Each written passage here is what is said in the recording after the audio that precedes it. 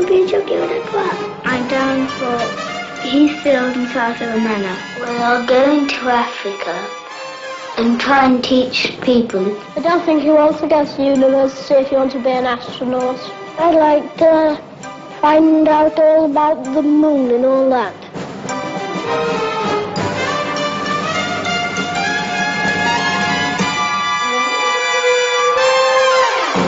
Is it important to fly?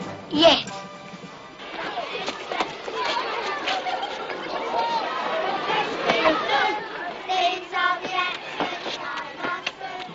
I want to be a jockey when I grow up. Yeah, I want to be a jockey when I grow up.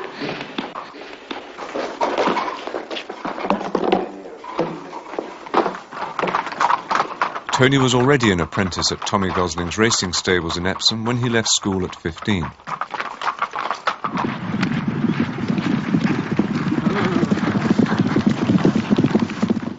This is a photo finish when I rode at Newbury. I'm the one with the white cap. I was beating a length and a half a third and I had a photo finish. So I took it out of the box and kept it as a souvenir. What will you do if you don't make it as a jockey? I don't know. If I knew I couldn't be one, I'd get out of the game. Wouldn't bother. What do you think you would do then? Low on taxes. Tony didn't make it as a jockey. He had 3 races, wasn't placed, and gave it up. At 21, he was doing the knowledge, learning to be a London cabbie. I will be a cab driver, and I know I will. And I'm going to prove every person who think I can't be a cab driver wrong. I'm going to get that badge and I'm going to put it right in their face. Just to tell them how wrong they can be, and how underestimated I am. It's surprising who you pick up, you see. I once met Kojak, I picked him up. And Warren Mitchell, Alf Garnett, you know. And I said, oh, hello, Warren, how are you, mate? Good to see you. So he ends up saying, I want to go to Langhams Brasserie, you know, Stratton Street, Langhams. So I'm halfway there, I said, listen, I said, Warren, you wouldn't... I said, it wouldn't be you if you don't sort of come out with Alf, you know. I mean, let's see how he's going, you know. So straight away, he's brought Alf Garnett to life in the back of my cab. So... We're on the way to Langhams, you know. All I can hear is Alf Garnett, you know, it's the Labour government and you're lot up here. And when we get there, I say, like, thanks, Warren, terrific, mate. 180. So he gave me exactly 180. Listen, I said, I know you're Alf Garnett, I know you're having trouble, sort of like, I said, but I want you to become Warren Mitchell now, like, my tip's sort of like 20 odd pence or whatever. And he said, son, as in Alf Garnett still, you know Alf's doing bad at the moment, I can't afford it. He walks away, I'm like, you've done me like a kipper. What does it take to be a good cabbie? I think myself, happy-go-lucky character, and to take as much as what any other person couldn't take in a normal job, because it's a big world out there and everyone's a different character I pick up. Their attitudes, some of them, like the city gents, the typical Waterloo drive up, please, in 5 minutes. I sort of say, hold on, mate, I'll get my helicopter out of the boot. I love being a taxi driver, I like the outdoor life, the independence. There's no one to govern me to say, like, you've got to be in at a certain time. Sometimes on Saturday morning I go to the pictures. Sometimes with my friends, sometimes with him. You don't. I do. You don't. I don't ever see you. You go to different pictures. Have you got a girlfriend? Nope. Would you like to have a girlfriend? Nope. You understand 4 Fs? Find them, feed them, and forget them. For the other F, I'll let you use your own discrimination. I mean, this one, I tried to do the 3 Fs, but I couldn't forget her. I used to work in a pub just on a Friday nights, barmaiding. and then from there one night I went to a discotheque. He was in the pub earlier on, and that afterwards we went to a discotheque and Tony was staying there. And that was it. Couldn't get rid of him. B-man, honey, you know. And why did you fall in love with him? Don't know. I don't know. I don't know how you put up with me for so long. I don't know. Sometimes I don't know how I stand him. But what is it that you love I like about his personality. It doesn't matter who it is, he don't change for nobody. There's only one ambition, and really, I want a baby son, and if I see my baby son, that is my ambition fulfilled. No one knows that, only you now.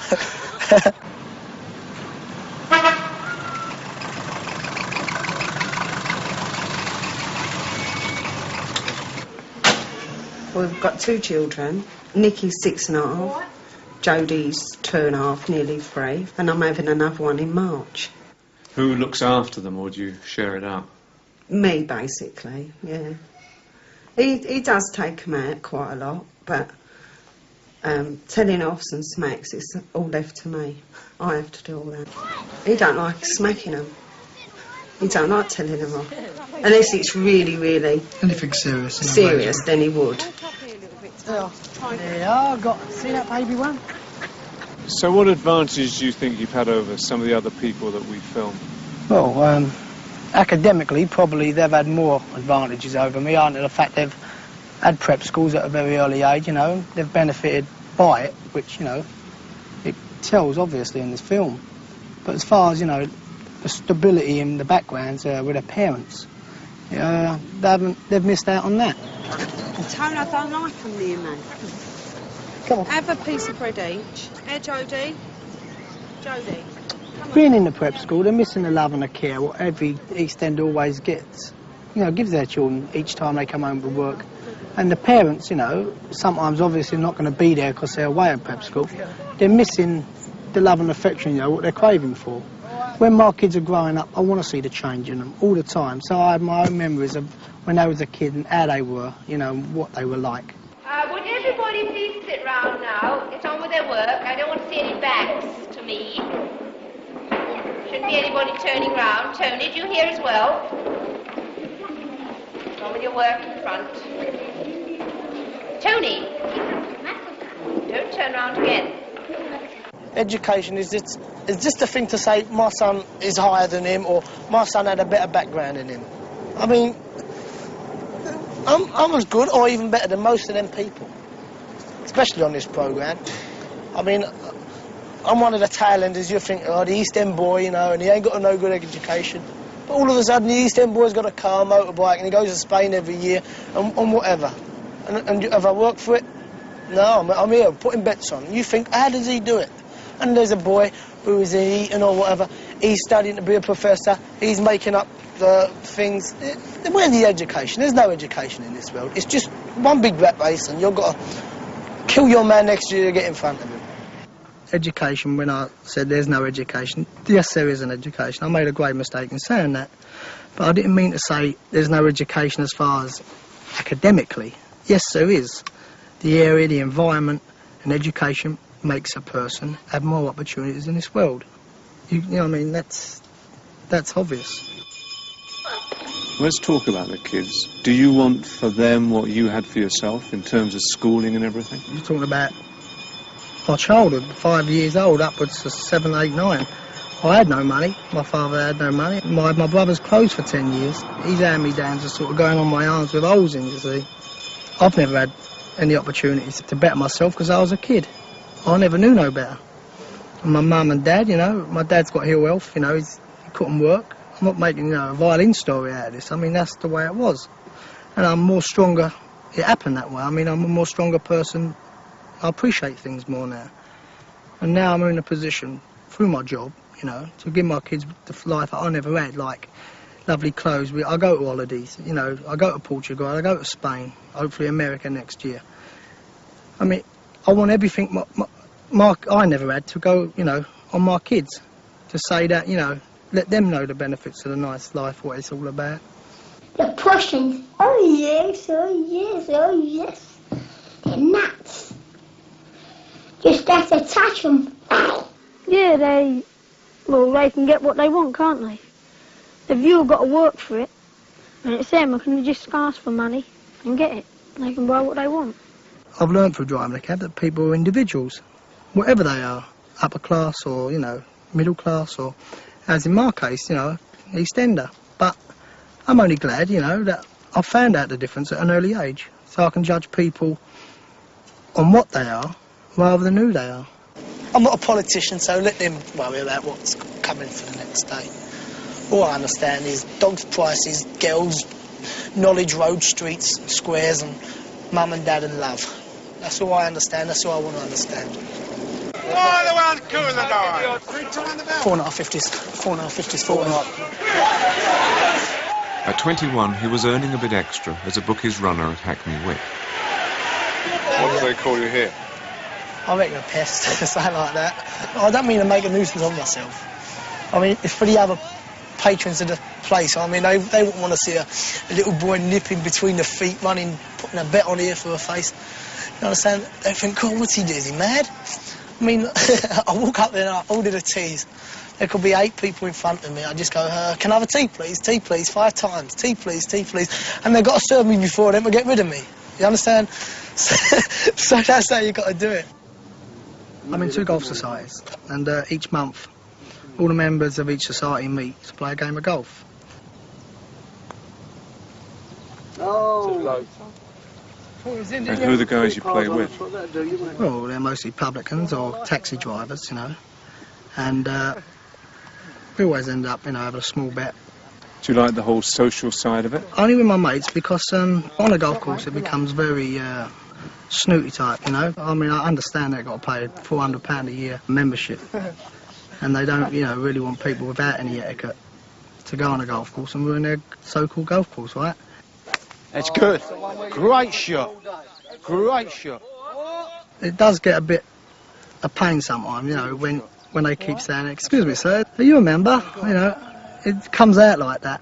But obviously, etiquette's etiquette, so you've got to conduct yourself on these type of courses. Because I think you're a bit smaller than most people, you try to hit the ball hard. You've got to just hit a git, do you? Where'd you go, Ken? I'm over here. Oh, I missed that one. Unlucky. Keep hold of her. It's about an 8. Right. Too much, mate, too much. No, it ain't. No. It's only an 8. Yeah. It's definitely no, an 8. Too much club, Ken. 8, It's a 9. an 8. No, Ken, it's a 9, mate. What are you going to hit 9, I think that's about right. then? Go on then. If you're at a 9, then it's to the right. Want this on, don't I? That's it. That's perfect. Great shot. That's a great shot. Now, I am a young fella, and I come to you, and I heard you're a big, successful taxi driver, and I say to you, yes, I I've think been a film extra now for 6 years. It may not go no further. I mean, I'm just having acting lessons. You give me the benefit of all your experience. Right. All right, now, you've got to feel pretty big. Bigger than me. Just go. Right, here we go.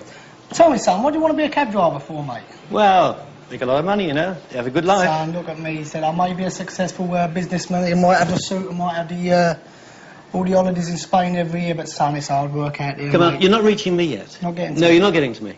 All right? Now, be bigger. Dominate me. All right? Son, Yeah? son, it's a big world out there, and obviously I can't get into it, Brian. All right, don't worry. Don't When I was worry. Just in the take your Sweeney, and when I was in Churchill, like the wilderness years, I see the actors and I thought, like, you know, it's not quite easy to act on stage because it's, you know, you need time and dedication. It's very hard. Son, tell me, why do you want to be a taxi driver? Well, you know, you got success. Don't let looks go on impressing. You know what I mean? Listen, you want What to be excites you about acting? Forget it. I like it. I mean, I think to myself, you know, like I can do that, and I still want to have a go of it. I mean, nothing for sort of fame and fortune or anything like that. You know, like big Hollywood and bright lights. It's nothing like that. Just a sideline. So what drives you then through all these various ambitions? It's a philosophy of not keeping still. I mean, I'm a very overactive type of person. I mean, I like to feel that I don't want to keep still. Because life, you know, don't wait for nobody. So you've got to cram it in as much as you can before your days are numbered. I mean, I'm made to be a happy-go-lucky type of fella, which I am. I'm EastEnder, which the attitude is, hello, mate, all right, how are you, type of thing. And I wouldn't want to lose that. How long are you going to be a cab driver? Is this what you want to do for the rest of your life? Well, at the moment, I'm very happy in driving a cab. But my wife and I always considered owning our own pub. So obviously, I think within 2 or 3 years, once I get financially straightened out, I'm going to have a go at being a publican. And if I don't like it, say if I give it a go for a year or even 6 months, if I don't like being a publican, I'm in a good position to say, well, I'll get rid of the pub and go back to taxi driving. I don't want to change, because if I change, and proves the other Tony Walker was all fake.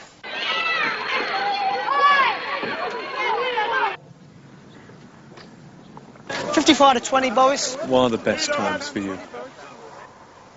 No, two really. The best time was when the kid's first baby was born. The next one, obviously, Jodie.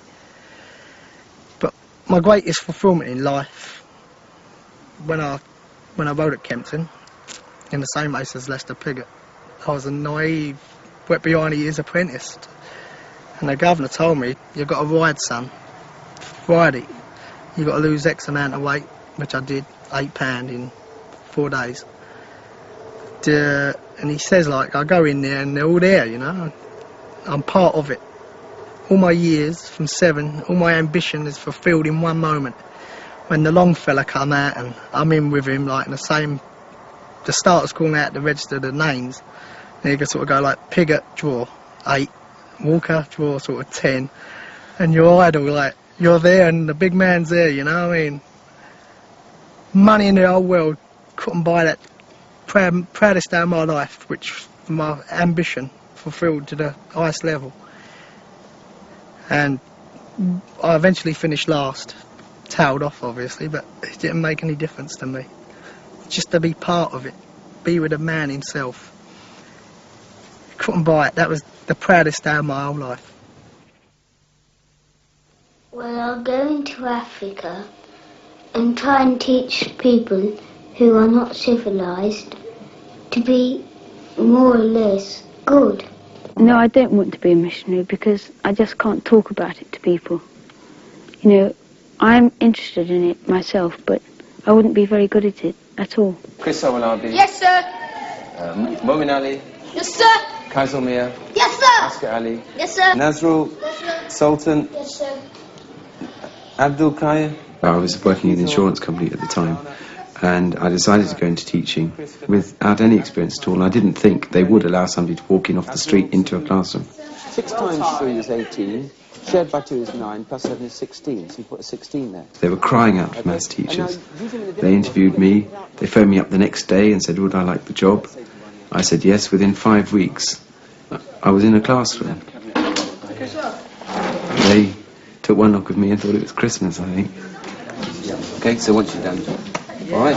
What's the most enjoyable thing about teaching?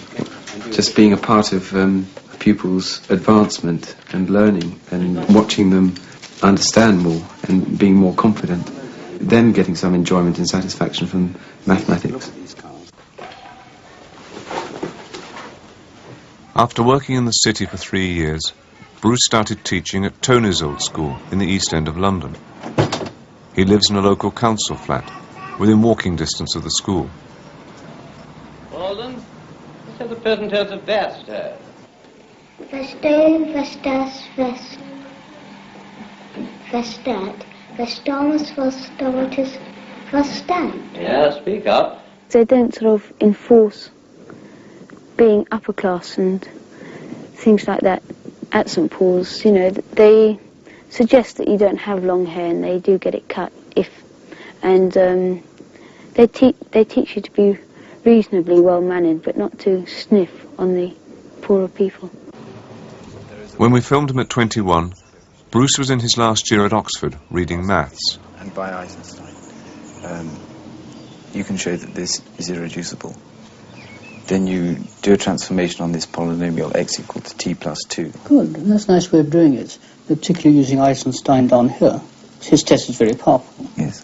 21, 22, 23, 24. And to here, 25. Right, so if you think it costs you 25, now you're not going to... It's so different from your own education where you're teaching now. Why? General education is better for society, I think. Public schools are divisive. That's with no statement about my education. My education was academically excellent, and I was very grateful for it. Do you understand the game? I think there is a class society, and I think public schools may help its continuance. So you're in the lead, you see, because DSE cabs has got profit of £2 and good B cabs has got no profit at all. Okay? Now can you explain that just to Abdul, because I want him to understand what it is. I don't know whether I said, right, I must do something which is against what I've been brought up to do or whatever. I don't know, I've just found something I find rewarding. I didn't agree with the Conservatives about what they were doing with the black people, you know, racial policy. Do you have to defend immigration to a lot of people in this area? Yes, I think you do, but those who say there are too many coming in and so on, I think really are uneducated about the whole question. They should see the positive benefits that they're having in this country and see that as a result of all of this immigration, they're not being denied opportunities. It's not the fault of immigrants that there is unemployment. It's part of a political party's responsibility is to explain that and show people what is a more truthful way of representing the situation. None of the parties really seem to agree with me, but I think if I had voted, I'd have voted Labour. I am about the only socialist in my village, and I go into the pub and sort of expect to stand up and defend all socialist policies. Sort of, this is the village socialist, no, village idiot, sorry. I just see their lack of opportunities for a lot of people. Obviously unemployment is a great feature in many people's lives and many families' lives, and teaching children, sometimes you wonder what's going to happen to them. It seems to me that the leader of the country at the moment should be one of the most unpopular persons in the country, and yet she gets away with everything. She, as far as I can see, has done lots of damage, and yet nobody can oppose her. My heart's desire is to see my daddy, who's 6,000 miles away. I mean, I can remember being happy there. I can remember also being miserable because I can remember crying. Squad steady! You know, I always seem to be beaten. I never used to understand why. Did it give you an overdeveloped sense of authority? If you look at society in general, I've always probably been on the side of authority, and you know, it's been an education, learning that authority can be bad and can be corrupt. Squad left foot inward, place! Squad breathing!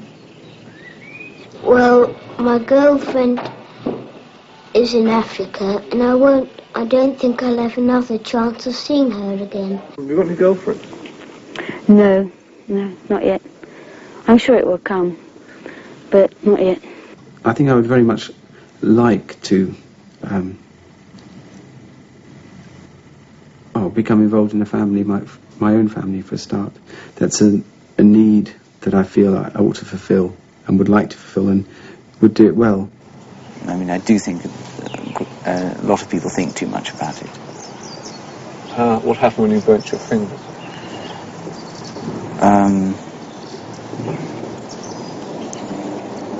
I'd rather not talk about it, really. Well, no, but I didn't really mean that. I mean, I didn't mean that I don't want to talk about it. Just, I need quite a long time to think about it, really. I think I'll possibly get a little serious, and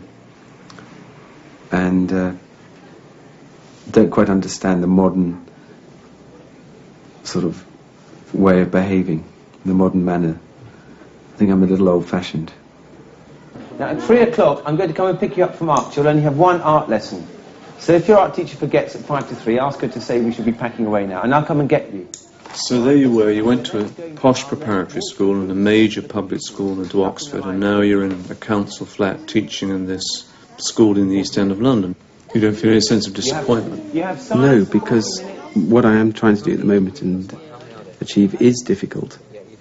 It may not sound difficult in the sense that you could sum up what I do quite simply, but behind all that, it is very difficult, and I certainly find it satisfying achieving successes.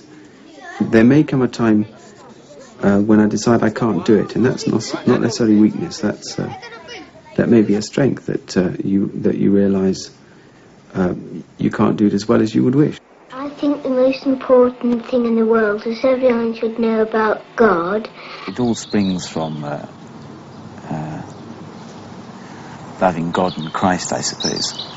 That you try and do that as best as possible and let that lead your actions in life. Does it sadden you when you meet people who don't believe in Christianity? Yes, if they dismiss it casually, if they dismiss it as just being something, oh, well, we know about that, we got a little bit of that at school, and it doesn't really mean very much, then it does sadden me, because it's much, much more than that. What is it about it that's important to you? Well, the belief in the belief that in goodness and in love as being two, well, great positive forces, and that people, well, just a simple belief like a good act is never wasted.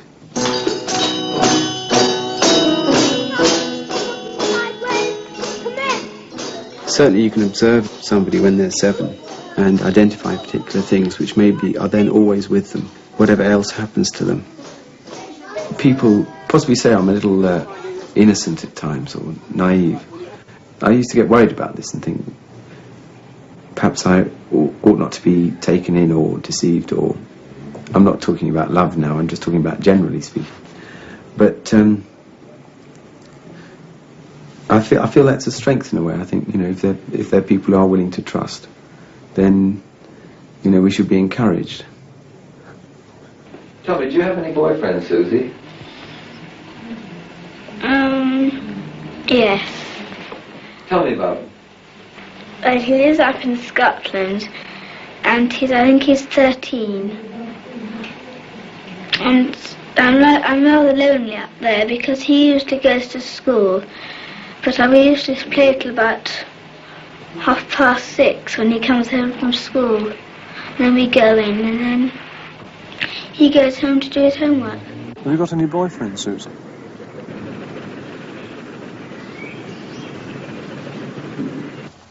What is your attitude towards marriage for yourself? Well, I don't know. I haven't given it a lot of thought, because I'm very, very cynical about it. But then, you get a certain amount of faith restored in it. But I got friends and their parents are happily married, and so it does put faith back into you. But me, myself, I'm very cynical about it. We were friends for about 2 years.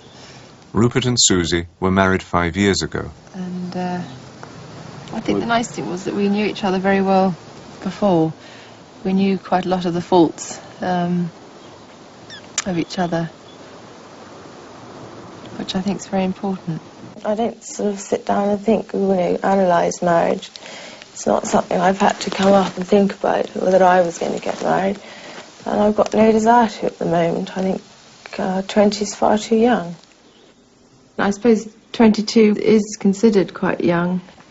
I felt it was the right time. I don't see what I would have gained by waiting another 3 years. What gave you that feeling? I just felt I was doing the right thing, which, as you said, was extraordinary. When only about 18 months before, I was very anti it. I came to London when I left school after Paris. And at the moment, I could never live in the country. I'm happy down here. The country's nice for 4 days to go for long, healthy walks, but I could never live up there now. They live in a small village near Bath, where Rupert is a partner in a firm of solicitors. I had 7 years up in London, I suppose. It was fantastic, but I just had enough. It's a much slower way of life down here. I'd had enough of the rat race. When I get married, I'd like to have 2 children. I'm not very children-minded at the moment. I don't know if I ever will be. What do you think about them? Oh, I don't like babies. What was the biggest shocks to you when you suddenly were confronted with a small baby that you had to be responsible for? Panic set in, I think, that I wasn't going to be able to cope. Would you like to have a nanny to look after them, or do you want to look after them? I want a nanny to look after them. I felt that we'd taken the decision to bring a child into the world, and I feel that I wanted to bring him up, not somebody else. I feel it's my responsibility to start him off. Whether that'll make any difference to how he turns out, I don't know. I just felt I wanted to do it. Is it everything you wanted? For the moment, yes. I mean, I don't think I'll have any more for the reason that I will get pleasure out of these two, but I can't see me going on and on and on with sort of 4 or 5 children. I think I feel that I'd want to move on and try and do something else. When I leave the school, I'm down for Heathfield and Southaven Manor. And then maybe I may want to go to a university, but I don't know which one yet. I like to do maybe shorthand typing or something like that. I left school when I was 16, went to Paris, went to secretarial college and got a job. What made you decide to leave school and go to Paris? I just wasn't interested in school and just wanted to get away. And why did you choose Paris? I don't know, it was my parents really. Now I've got to the stage in my life where I've got to make my own decisions. You've got to learn to fend for yourself one day.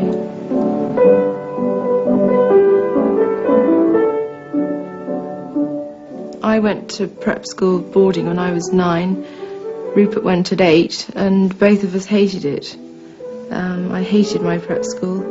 I just feel it's too young to send a child off, and we both feel we'd never send Thomas and Oliver off. Probably maybe till they're 13.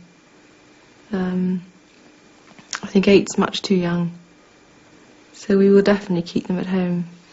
Do you still want to send them in the private sector to school? I think we will, yes. But as I said, not till they're 13. Why did you choose the private sector as opposed to the state? I suppose it's what we had, it's what we know.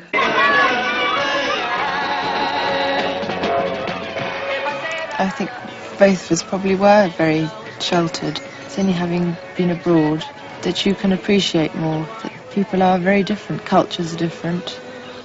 But I think as I was growing up, I think probably I was far too sheltered. What do you think about making this programme? I just think it's just ridiculous. I don't see any point in doing it. I've been very lucky up to a certain point, but everyone has their bad times. And I'm only just beginning, and I'm only young, and I'll probably have a lot worse than I've been through now. I mean, you're a child, you always think how nice it would be to be grown up and independent and things. But there are times when I wish I was sort of 3 again. It just seems a miracle to me. When I last saw you at 21, you were nervous, you were chain-smoking, you were uptight, and now you seem happy. What's happened to you over these last 7 years? I suppose Rupert. I'll give you some credit. I'm now chain-smoking. No, I didn't know where I was going at 21. I mean, I suppose I thought I was reasonably happy at 21, but I had no kind of direction, no. I obviously hadn't found what I wanted. I don't think most people have at 21. We're still very, very young. As a teenager, Susie spent her school holidays on her father's estate in Scotland. What sort of things do you do? Ride, swim, play tennis, ping pong. I might play croquet. Something like that. What about the social life? What's that? Warden pasture? Yeah. It's quite fun. Well, I mean, obviously any child going through their parents splitting up age 14 or at a very vulnerable age, and it does cut you up, but you get over it. It's not, I mean, there was no point in them staying together for me, because it was worse. I mean, the rise, and it's worse. And if 2 people can't live together, there's no point in making yourself. My father died 3 years ago. It's very hard to describe to somebody how you just take the loss. It is terribly hard, and even now I still can't believe my father's not here. It's still sinking in, I think, even after 2.5 years. He was up in Scotland It was in that very bad winter of '81, and we were literally snowed in, and I couldn't get out. And it was 3 weeks before Thomas was born, and I wasn't allowed to fly. No airline would take me, and the trains were blocked with the snow, and so I couldn't get there. And I still feel guilty that I didn't try and get myself out of here to go, but you know, when you're told you could endanger a baby's life, you have to rather sit still. The death of one of your close family is probably something you don't ever get over, and it's a different kind of problem than anything else. And it is hard to come to terms with. And it was really last year that it sunk in that he really wasn't around anymore. What do you want most out of life? To be happy and get on with life. I mean, I don't want to just sit back and let it all whiz past. I mean, you don't know how long you've got your life for. I mean, you know, you could be run over by a bus tomorrow, so you've got to make the most of it while you've got it. Do you have any fears for the future, for yourself? No, not so much for myself at all. I feel if I was going to have fallen by the wayside, I'd have done it by now. I think probably I'm too staid now to do that. But maybe I'm wrong. When I grow up, I'd like to find out all about the moon and all that. At 7, Nick, a farmer's son, was at a one-room village school in the Dales. And I said I was interested in physics and chemistry. Well, I'm not going to do that here. At 14, he was going to a Yorkshire boarding school, and at 21 was reading physics at Oxford. We'll give it a whirl. So what career are you going to pursue? It depends whether I'll be good enough to do what I want to really do. I would like, if I can, to do research.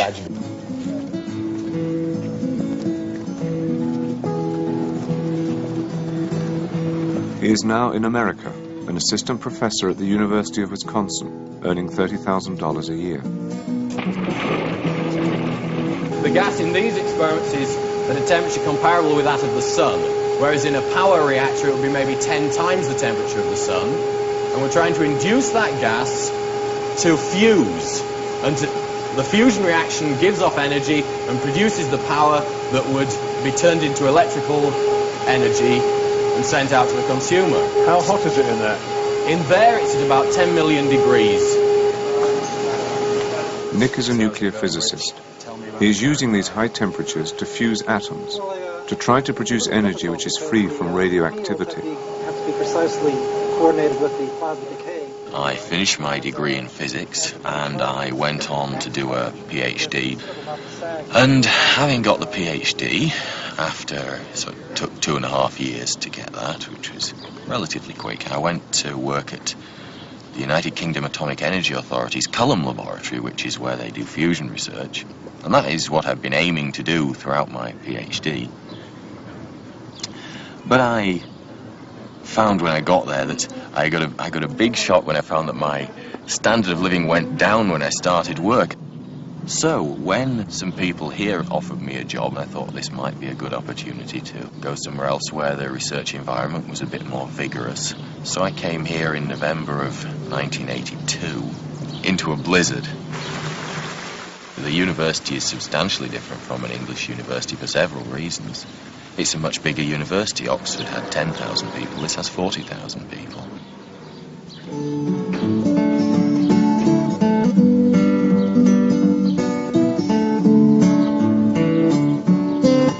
I guess the mixture of people who come here are different. A far bigger fraction of the population go to university here.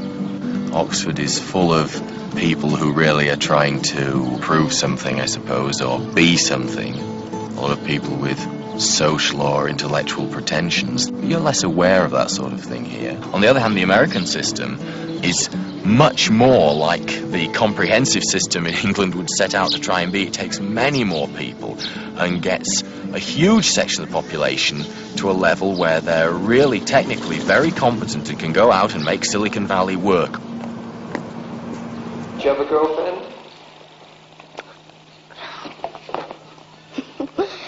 I don't want to answer that. I don't answer those kind of questions. I thought that one would come up because when I was doing the other one, somebody said, "What do you think about girls?" And I said, "I don't answer questions like that." Is that the reason you're asking it? Yeah, I thought so. The best answer would be to say that I don't answer questions like that, but I mean, it was what I said when I was 7, and it's still the most sensible, but I mean, what about them? Nick was only 17 when I first met him, and I knew he was a nice person.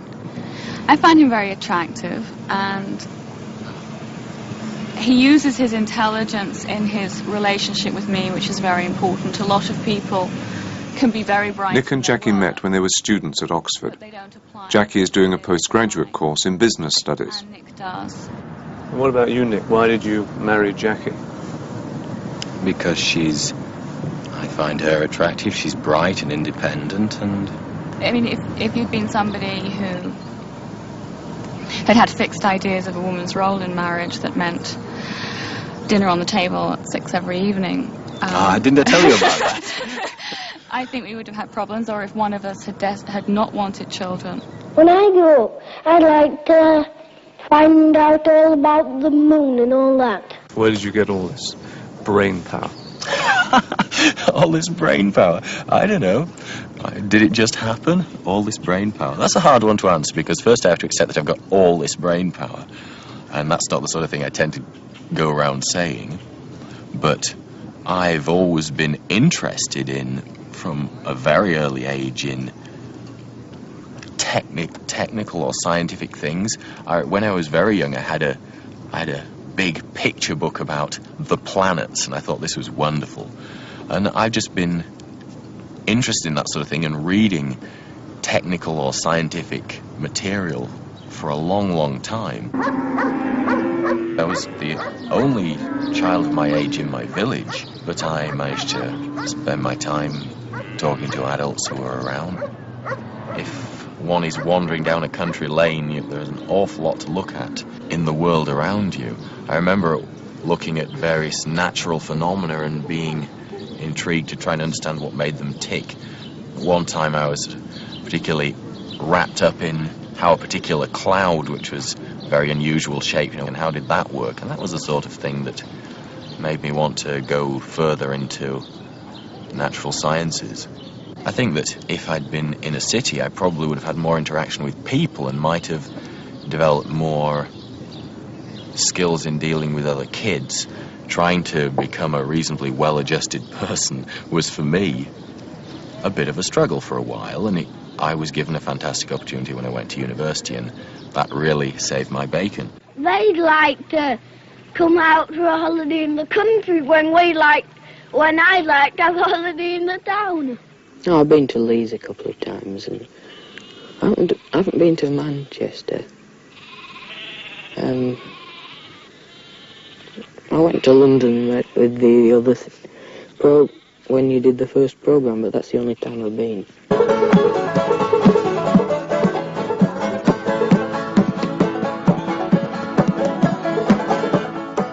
What attracts you about America? It's an exciting place to be. There's a lot going on in terms of research and other things, but I really came here to do research, but there are more opportunities and just a general feeling of more going on than I had previously. The place is less hidebound, it's less bureaucratically tied down, so it's much easier to go out and get things done than in England. Do you get lonely here? You just tend to get stuck into your everyday routine and you don't think about it. But when you call home, then you realize how far away you are. And now it seems acute because both our families are getting older. Even if you think in terms of seeing them once every 2 years, That's not so many you're thinking times, only is about it? 10 times. And that's awful. When you think in those terms, you realize you really are in exile. Does this put a it's pressure high on your price. relationship? No, I think it binds us together because we just have one another over here. In 21, some of the people were saying that they felt it was immoral to emigrate, immoral to leave. Do you have any feelings about that, since you're the one who's left? In my position, I don't feel that I'm letting England down, because I don't think that England particularly wanted me there doing what I was doing. It had trained me marvellously. I'd gone through a wonderful educational system. Particularly Oxford was a fantastic experience socially. Again, it was a great place to try and develop emotionally. And the academic standards there are absolutely superb. Having trained in a very academic fashion there, and I then went out to try and do something with all that training and found that society just wasn't terribly interested in what I was trying to do. So how can I feel that I'm betraying a country when it doesn't want me to do what it's trained me to do? The big issue for us at the moment is how we're going to manage to have kids and run two careers. We don't want to miss out on the chance of having a significant career, and we don't want to miss out on the chance to have kids and to be involved with them. No, but in those early formative years, would you be happy for your children to be brought up by Jackie and Jackie not be able to give them the full attention? Well, it's not. I mean, that's putting it in a rather strange way. Yes, I mean, I want. Just me. This is an area I pay lip service to the idea of equal shares on this as well, and it remains to be seen whether I would actually live up to my intention. Yeah, there are several things I think to be said here. That if we both work in academia, that will make life much easier, because as things are at the moment in the States, if you have a computer at home, you can come in to teach and to give office hours to your students, but you can work half of the day from home. But I don't want to be the person left behind while Nick flies in and shares an adult life with his children at college and working. I want to be there too. Is she difficult? At times, yes. Whenever we have an argument, she does have a tendency to explode, I suppose. To get really miserable about it, and not... We've only been married 4 years. Anything could happen. We could easily drift apart. There are so many pressures on people. You just have to work at it, and that's why it's important that you have the same ideas, that you want the same kind of life. When we were in England, our big source of arguments was money. We were always squabbling about money, but that one, mercifully, seems to have gone away pretty well. We still disagree, but it isn't a major source of rows. I mean, a person with £1 million is not going to be much. He's not going to be more unhappy than a person with £2 million. I've never really been aiming for money, and that's, curiously enough, why it was such a surprise that it really surprised me when I found that my standard of living mattered to me when I finished university, and I found that I couldn't afford what I'd been able to afford as a student. It suddenly caught up with me for the first time in my life that I really did care about how much money I was getting, and it had never occurred to me that I would. If I could change the world, I'd change it into a diamond.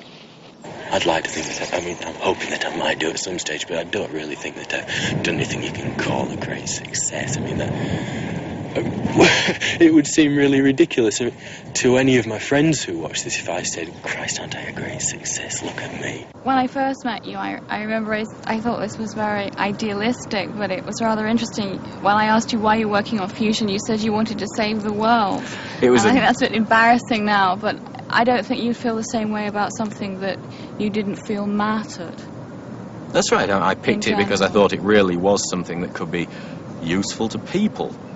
Hopefully, eventually.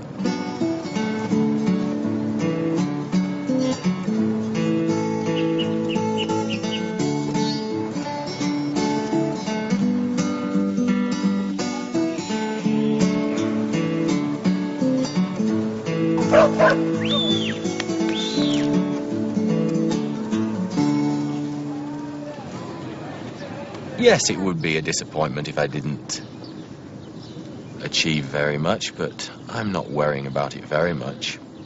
I've just got to go out and make it happen.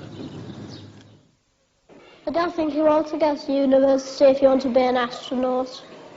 Well, changed my mind completely, of course. I think it was just the imagination that 7-year-old has. I might be living in cloud cuckoo land, you know. Sort of, Mum and Dad might say, no, son, that's not life. You don't get a job you like. I'd like to think I could. Teachers are undervalued. and underrated.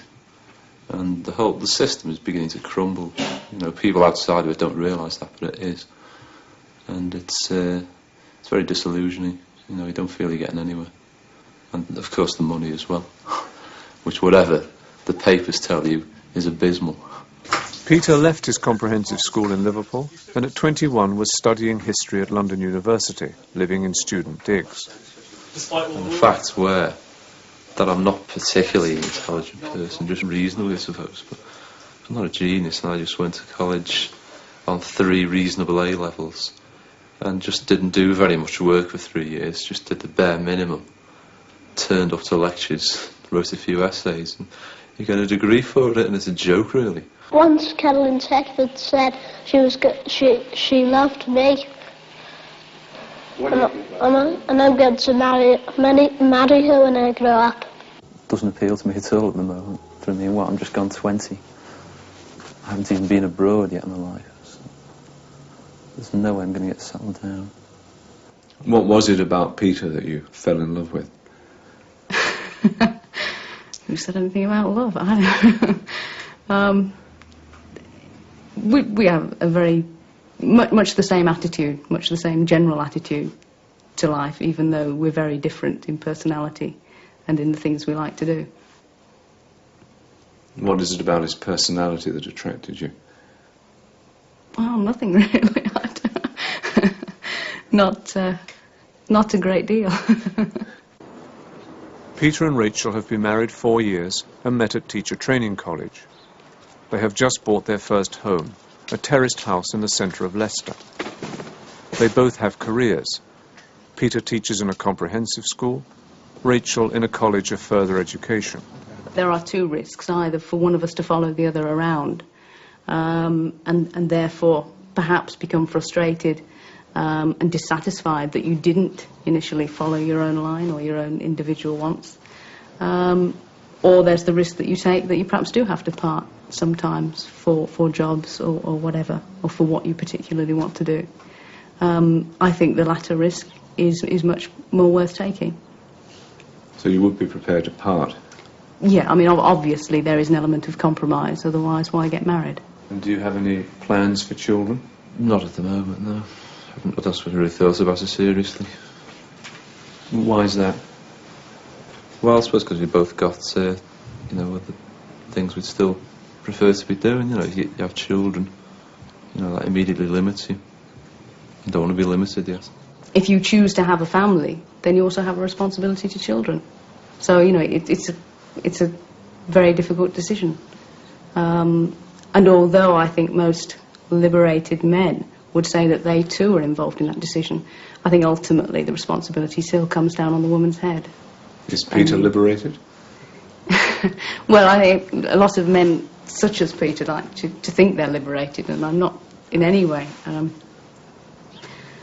saying that he's not, but I think when it comes to the crunch, you know, the absolute crunch, are you going to give up your job to look after these children? Then I think it more often than not, that decision is made by the woman rather than the man.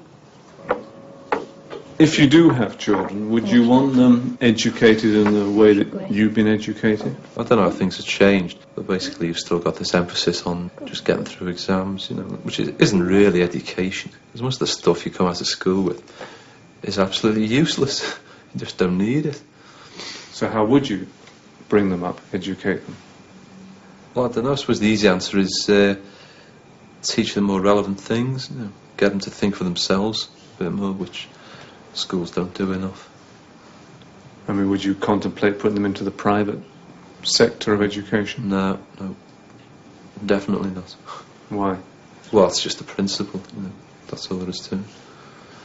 And what is the principle? Well, the principle is that the private schools help to keep the old class system going. You know, they're part of it, they perpetuate it. So I'm certainly not going to be involved in that. When I came through school at the end, perhaps, of the... Well, let's say that the ideals of the 60s were still there, even though it was the 70s. And that one was always led to believe that there were golden opportunities. But of course there aren't.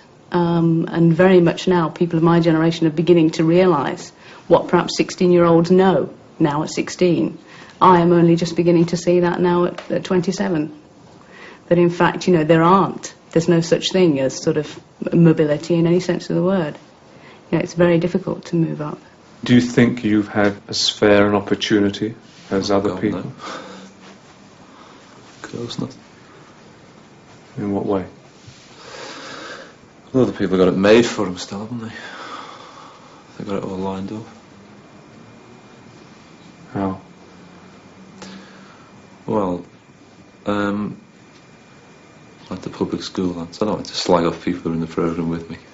I'm not slagging them off personally. But I mean, they had it set up for them, didn't they? It's a big problem. Quite a lot of discussion, I think. The workers do tend to take a few liberties as regards strikes. I would like to think that democracy is here to stay. Perhaps we haven't got full democracy. In fact, we probably haven't. It's a pretty good system. Are you surprised by the way England's being governed?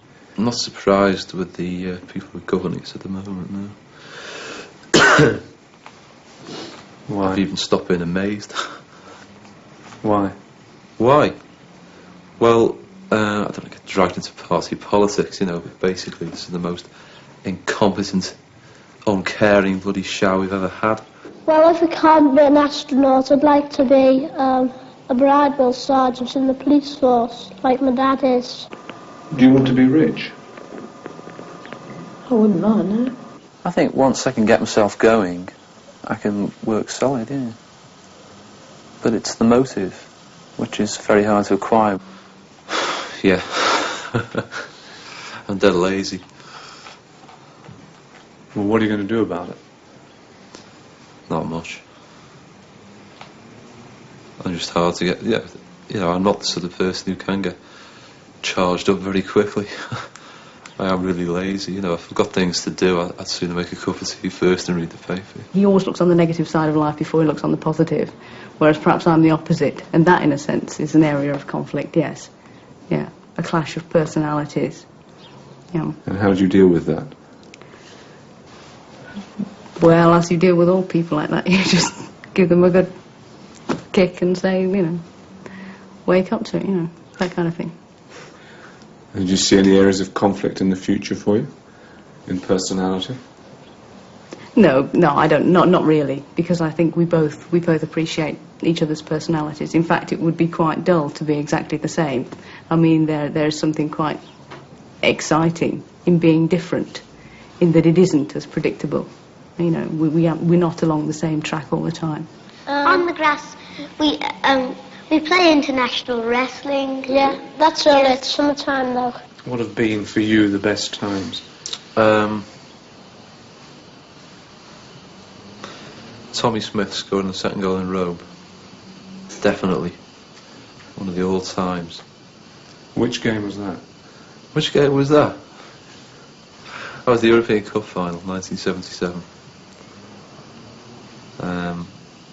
No, it's hard, you know, after that was all, nothing else compares with it really, so it's hard to think of anything else.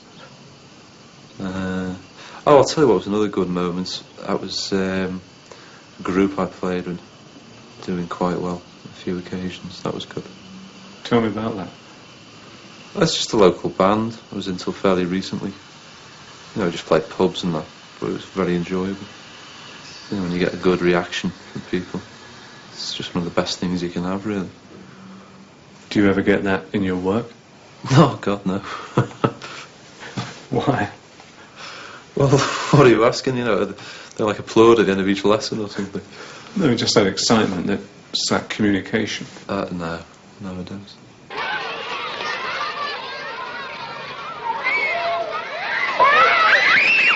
Do you think people change much, or do you think we saw you, the man, the 7-year-old boy? I thought for a while that was a bit too simple, but I think it's true, because after that, you know, your barriers begin to go up and you learn how to fend off things, like I was just saying. And obviously when you're 7, you don't think about it, you just come out with it. So yeah, to a point you reflect that, yeah. So the boy at 7 is in a sense the real you? Yeah, I suppose, yeah, the sort of, the essential Peter Davis.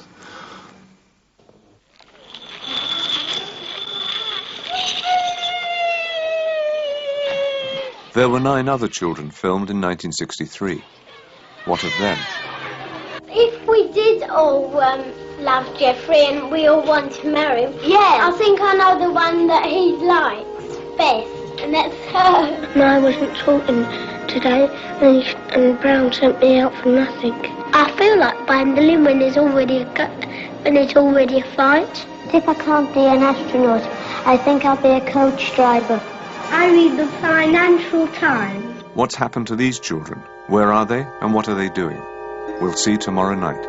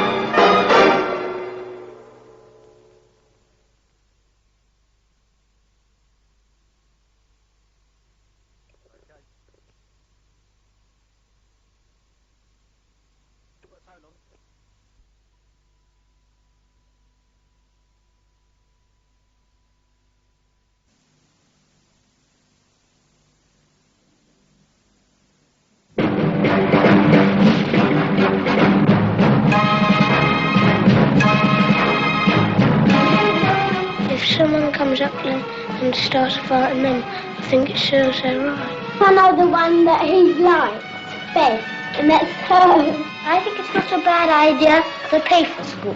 I'm going to work in Woolworth. I just walk around and see what I can find. I think I'll be a coach driver.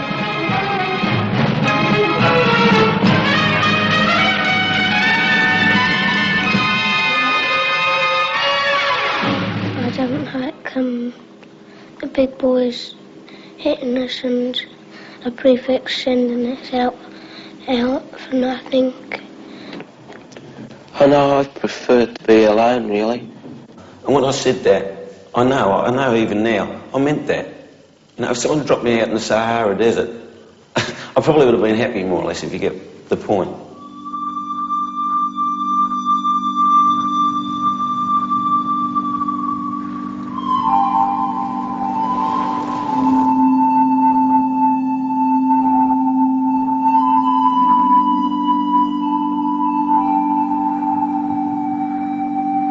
Say you had a wife,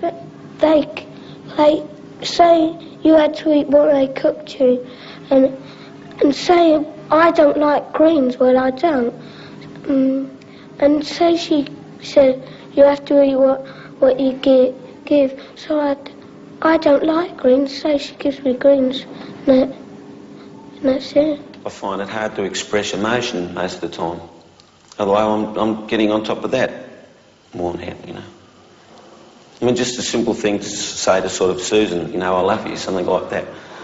I mean, I can tell you about it, but I really haven't been able to say it freely to Sue, you know. Did he propose to you? Yeah, it was strange. We went off and bought the engagement ring first. And then I said to him, you haven't really proposed to me.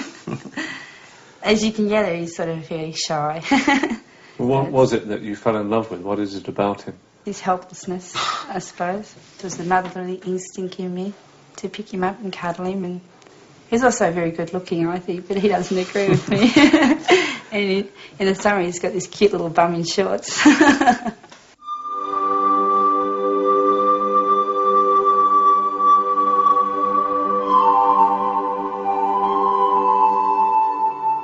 Paul and Susan live in Melbourne, Australia. 4 years ago they sold everything they had, bought an old Bedford van and went on a trip through Western and Central Australia. It took 7 months and they travelled 15,000 miles. I think it brought us closer together because, you know, we really got to know each other and we relied on each other so much. I'd never been so relaxed in my life. I felt a lot more confident in myself. Just great fun, really. No pressures or worries, or, you know, everything was forgotten. when we got to Perth, I was ready to fly home. Being together so much, it was hard. But then we settled down, and we must have settled down really well because I got pregnant and everything, so something must have been going right. I think it's now, like, people like to get back to nature and like to feel that they aren't living in the 20th century. That, to me, it's just like an old dream that you wish you could come true, you know, living next to nature and like pioneers type of thing. I love the place, you know. I find it hard to put into words, really, what it is. If you've got the country, you've got bush, outback, you can do more or less anything you want, I think, here. Whether you can do that in England, I don't know. I think that this is the part we enjoyed the most because we really went out in the middle of nowhere where we had to carry our own petrol and our own water to do us for the 3 or 4 days that we were out that way. And while we were up in Carnarvon, we went and stayed on a sheep station up there with our friend from Melbourne, Bruce. And it was about 1 million acres, just under 1 million acres, the sheep station. Bruce from Yannery Station, he got a hold of some tails from the roo sheeter so we could try kangaroo tail stew. Yeah, it's a bit rough. We had nothing to throw in. Yeah. It gave us our own peace of mind that we could settle down and now have a family, that we had done something. We hadn't just been nobodies and lived in suburbia all our lives. We'd done something that we were proud of, that, you know, we'd accomplished on our own. Do you want this for the children? I'd love it for the children. I was once told when I was at school that travel could be the best education, and living in conditions where you have to fend for yourself and you have to use your own initiative is very good, and I would like it. I was going to be a policeman, but I thought how hard it would be to join in. I just haven't made up my mind yet. I was going to be a phys ed teacher, but one of the teachers told me that you had to get up into university. At 21, Paul was working as a junior partner for a firm of bricklayers in Melbourne. I'm not great at bricklaying, right? But if I wasn't good enough and my boss didn't think I was good enough, he would have never have made me a junior partner. I went out on my own as a subcontractor not long after the last show. But then I started with the partner. I organised everything. I bought all the equipment because I didn't want to be dependent on someone else. Things didn't work out between the two of us. He was a bit lazy. Do you have the right temperament, do you think, to run your own business? If you're talking about employing other people, I'm not hard enough. I'm a little bit slow with working out things on the job, not particularly the laying of the bricks, but fairly slow thinker when you've got to work something out. I think that'll end up being my job for life, probably.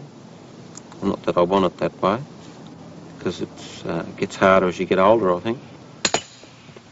I've got 23 threepenny pieces, and I don't know how many halfpenny pieces I've got now. 3DB 26 past 10 with Doug Ackerley, 15 degrees in Melbourne. At the moment, 25... They live in a working-class suburb of Melbourne. Paul earns £12,000 a year, owns 2 cars, and bought his house for £35,000 18 months ago. We're Mr. and Mrs. Average. It's just true. You know, we probably earn an average income. Just an average family. Oh, a good fist away by Russo up towards centre wing. Robertson this time behind. Susan works part-time as a hairdresser, and they have 2 children, Katie and Robert. Are you ambitious for your children, Paul? I said something about wanting Robert to be a brain surgeon. That was a joke. I mean, like, if he's a brain surgeon, it would be well, but it'd be nice to let them go one step up from us, I think. Put it this way, I hope he's better at schoolwork than I was, so that he's got a choice, you know. Because really, with the education standard I didn't have a choice. What does university mean? Paul started his school life at a children's home near London. When he was 8, he emigrated to Australia with his father. Were you happy at the children's home in England?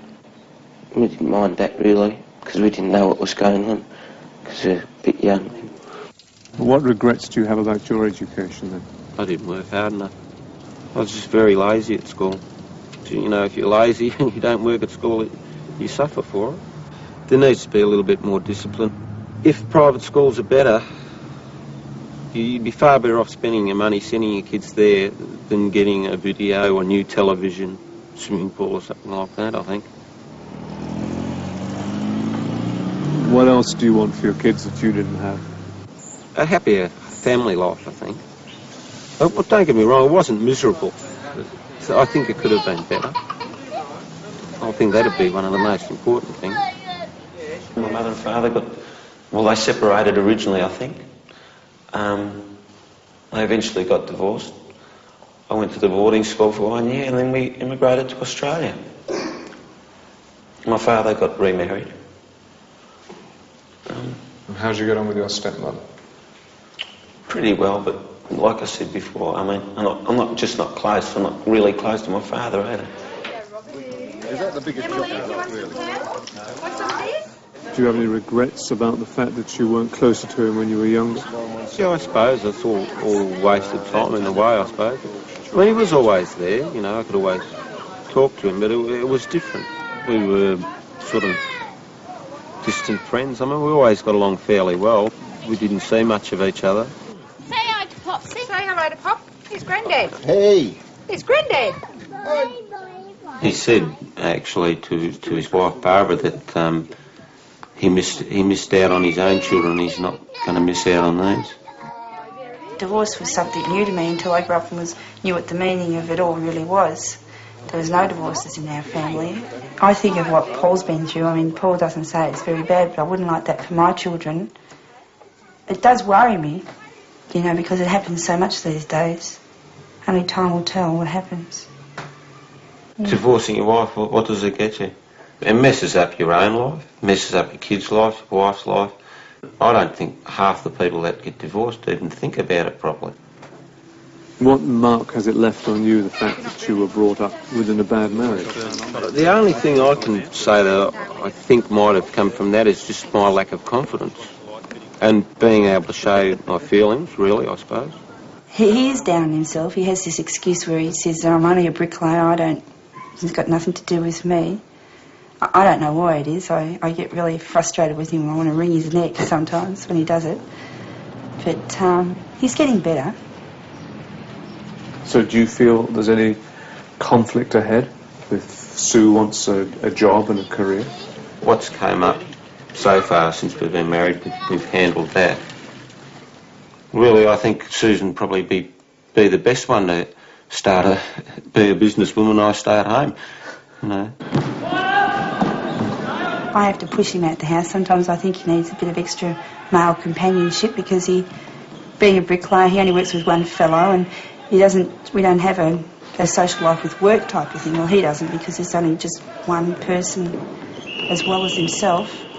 And his basketball, I think he really enjoys it, but he doesn't really let on how much he enjoys it. I suppose you could see me now when I was 7 in a way. Like, I think it was pretty obvious I wasn't going to be a doctor. You seem such a sad little boy. That's me, though. When I was pretty, long face, sort of thing. I was like that sometimes out here too. I was always getting knocked about that. I don't like greens, well I don't. The first show I saw was at 21. When I saw him at 7, I just wanted to cry. He seemed so pathetic.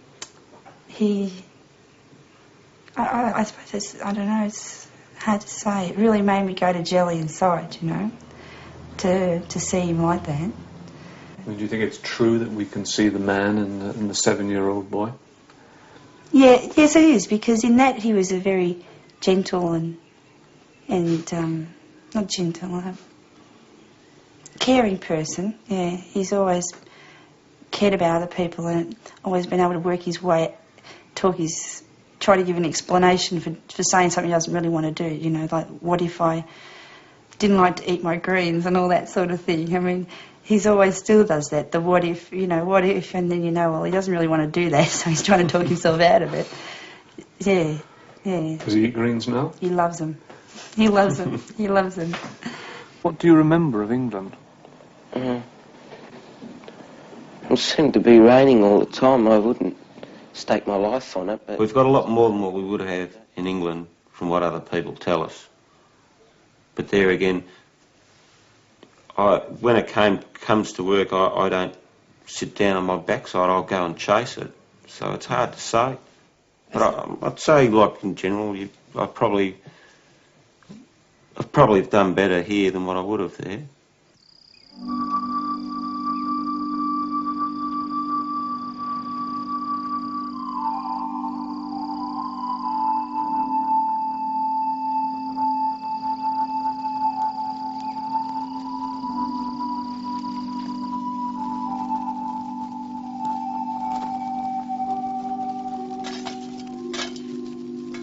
The family's going to come first, but I'm still going to be working, and then we'll progress.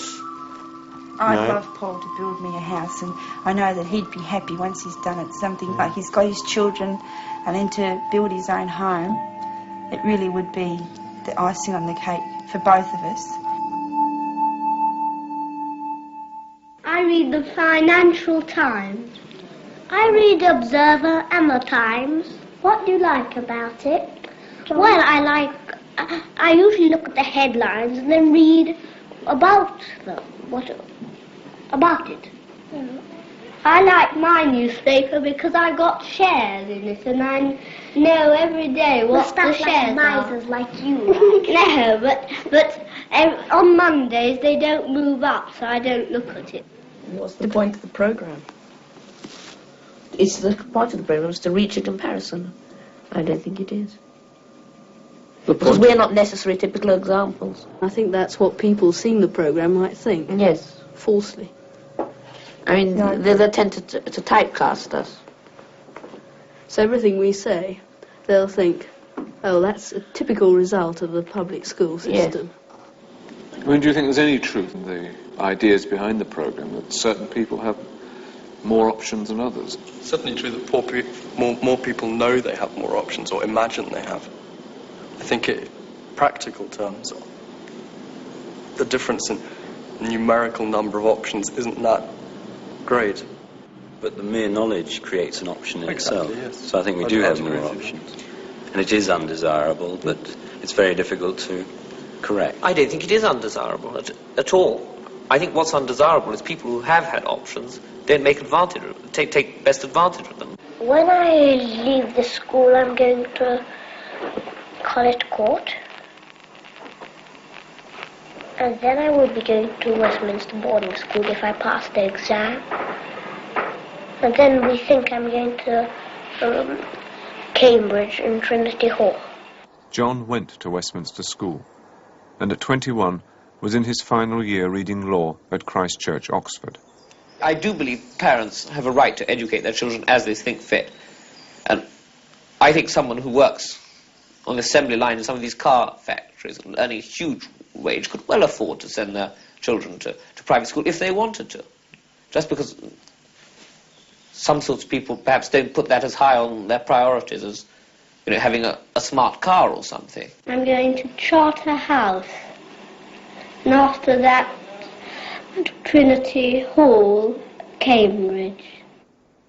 Andrew went to Charterhouse and read law at Trinity College, Cambridge.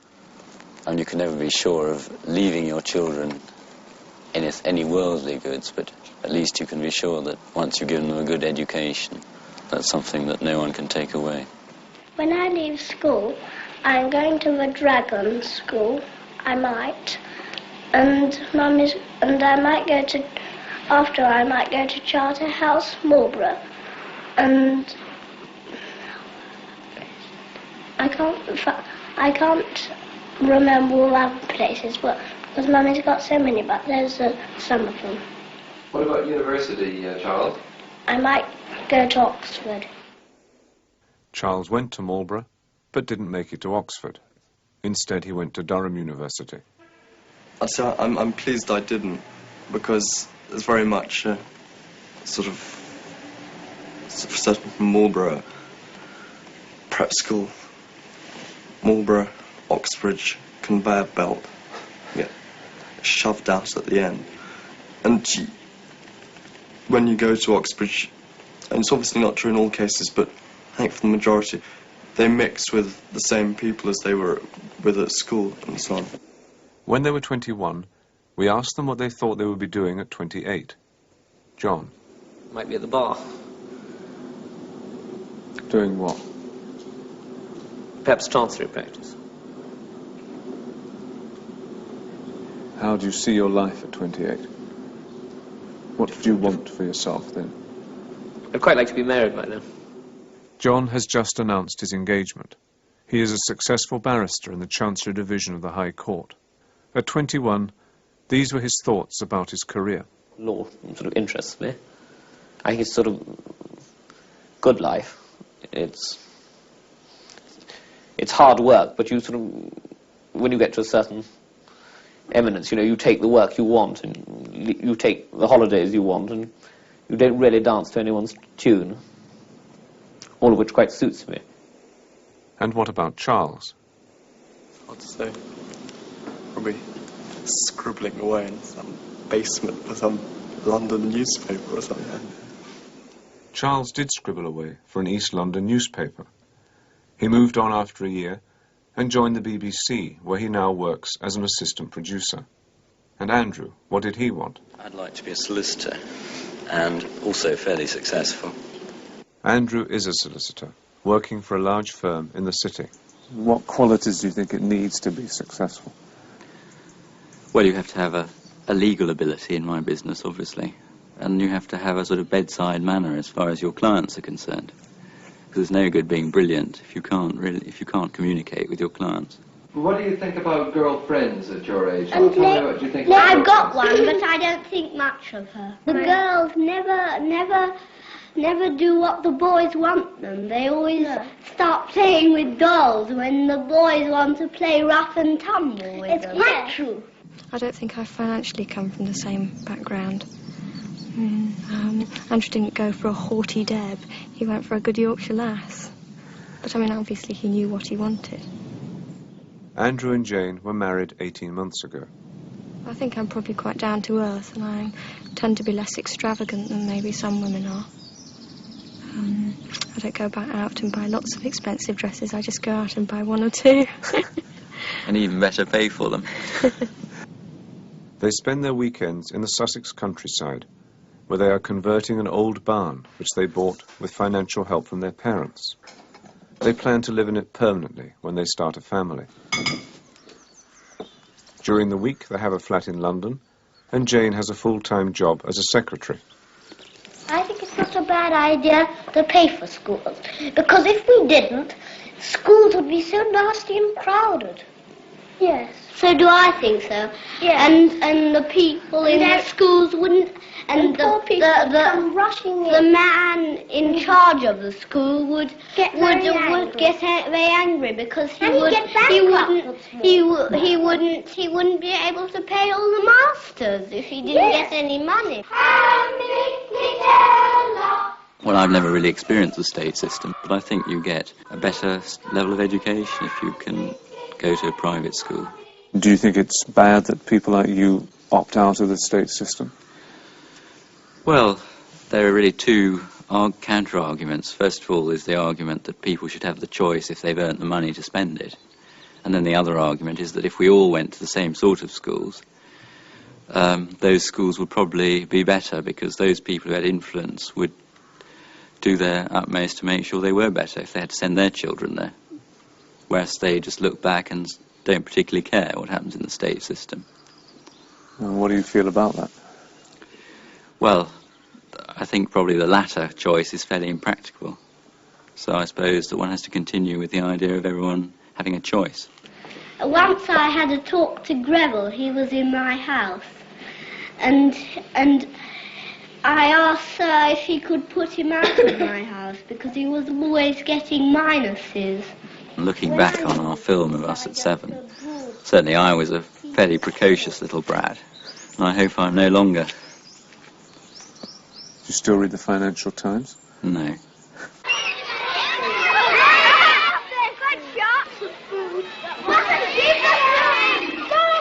You mustn't give it no feeling, it says.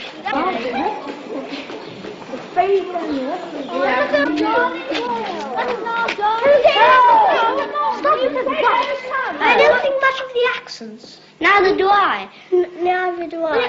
definitely prevent me liking them. Yes, and that mustn't be laid there. I should, quite quietly, it's a very nonchalant little theme. Well, yes, I do feel I've had the best of everything as far as education is concerned. But, I mean, you know, to get here, I had to work very hard. But you don't deny you've had a silver spoon. I think anyone who goes to a really good school has had a leg up. But I mean, I wouldn't say I'd been unduly privileged if I'd missed the exams in my school and had to go to sort of grotty public school. I would have thought I had any advantage at all. Yes, I must say, all this talk about opportunities, it's something I did slightly object to in the programmes. We were shown at the age of 7 outlining sort of the academic sort of career that most of us, you know, did in fact pursue. You know, each sentence ended up, you know, John is at Westminster, Andrew is at Charterhouse, and everything, implying that we just sailed through, you know, merely manifesting an intention at the age of 7. It didn't show the sleepless nights, the sort of poring over our books, the sort of, you know, all the sweat and toil that got us to university things. It was presented as if it was just, you know, part of some indestructible birthright that we went to all these places, and I thought that was unfair. It didn't show us sort of having to do beastly jobs in the holidays, you know, to make ends meet and things. It didn't give a very real sort of impression. Do you want to be rich? Well, yes, because I don't want to be tied down to the dullness of an everyday job. I want to be able to have enough money so I can indulge in, you know, things that might interest me, like collecting paintings. And I do believe in a sort of ordered and structured society, and I think, you know, we're not exactly alive for very long, and we've each got our own job to do, and our own little position to be in. Some people have a better time than others, but you know, it doesn't mean because you sweep the streets you're any less valuable than someone who's, you know, running a huge corporation. I mean, not everyone can be at the top, but as long as people are happy in what they're doing, that's, I think, the greatest good that can be. And this is what worries me about these new sort of invidious sort of class attitudes that certain sort of subversive elements are introducing, you know, based on envy and things. John declined to be interviewed at 28. He felt satisfied with what he had said in the previous films and had nothing more to add.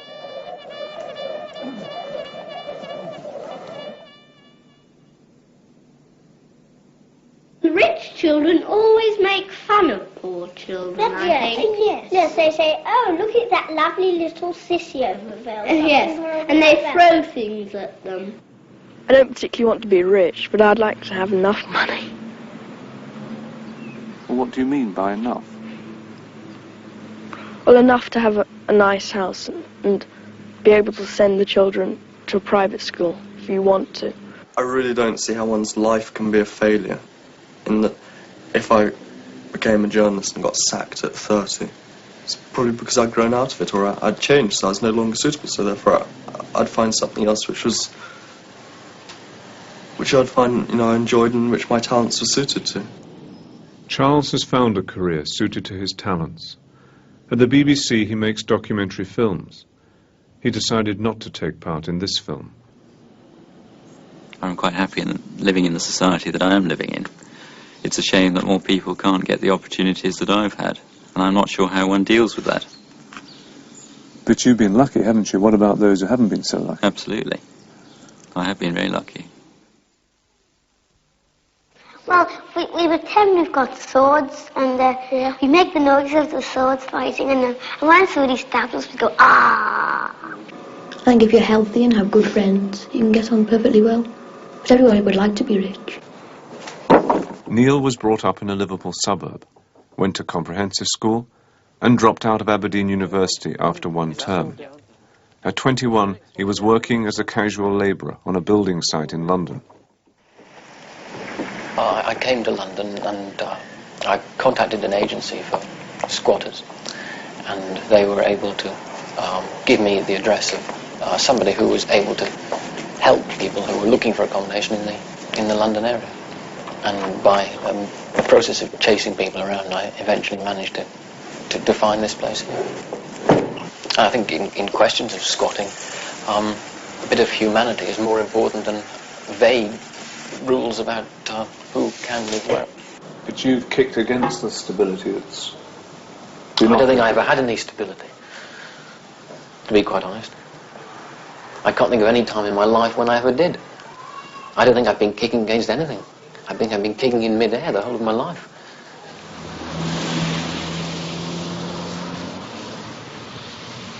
Last 3 years I have, in fact, been unemployed, but travelling quite a bit, mostly in Britain, been abroad once or twice, but not as extensively as I used to do. Thanks. So put the luggage in here, or do you want it in the back? I live off money from social security, which does me for my rent and my food.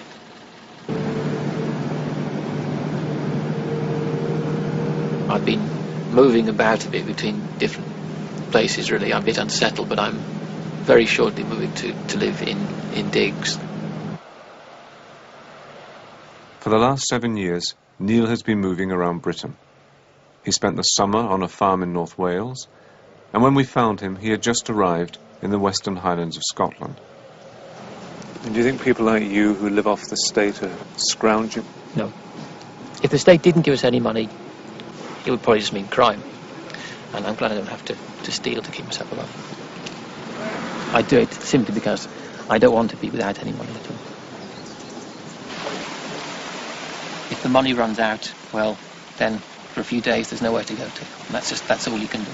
I simply have to find the warmest shed I can find. Neil rents whatever kind of home he can find. The last job I had was cooking in a youth hostel, some cleaning work as well. And I was the only person in the hostel who could speak French, so I had to do a bit of that. Do you eat every day? Yes. I'm eating better now than I was at times when I was in Aberdeen, and those days, sometimes I really was short of food. Well, I'm going to take people to the country and sometimes take them to the seaside, and I'll have a big loud speaker in the motor coach and tell them whereabouts we are and what we're going to do and what the name of the road is and all about that. There's a lot more to do in the mountains than there would be in a suburb or in a city centre. What I've found here, in fact, is that you don't talk about things like the weather, because the weather is all around. Everybody knows it's been raining, so you don't talk about the weather. That makes good sense to me. I'm not the sort of person who can go into a pub, sit down with a drink, and listen to the jukebox and talk a lot of rubbish. A lot of people find that very relaxing. But if I'm going to talk to somebody, A, I have to be able to hear myself speaking, and B, I have to be talking about something that actually has a meaning. I'm not trying to denigrate the way that most people relax, but I can't do that. So I'm lost in a noisy pub. I'll sit in a quiet corner of a quiet pub, and then I'll want to talk about literature or something like that, which not everybody will want to. How do people regard you here? Well, I'm still known as an eccentric, as I have been since about the age of 16 or so. Do the days seem long for you? They can do.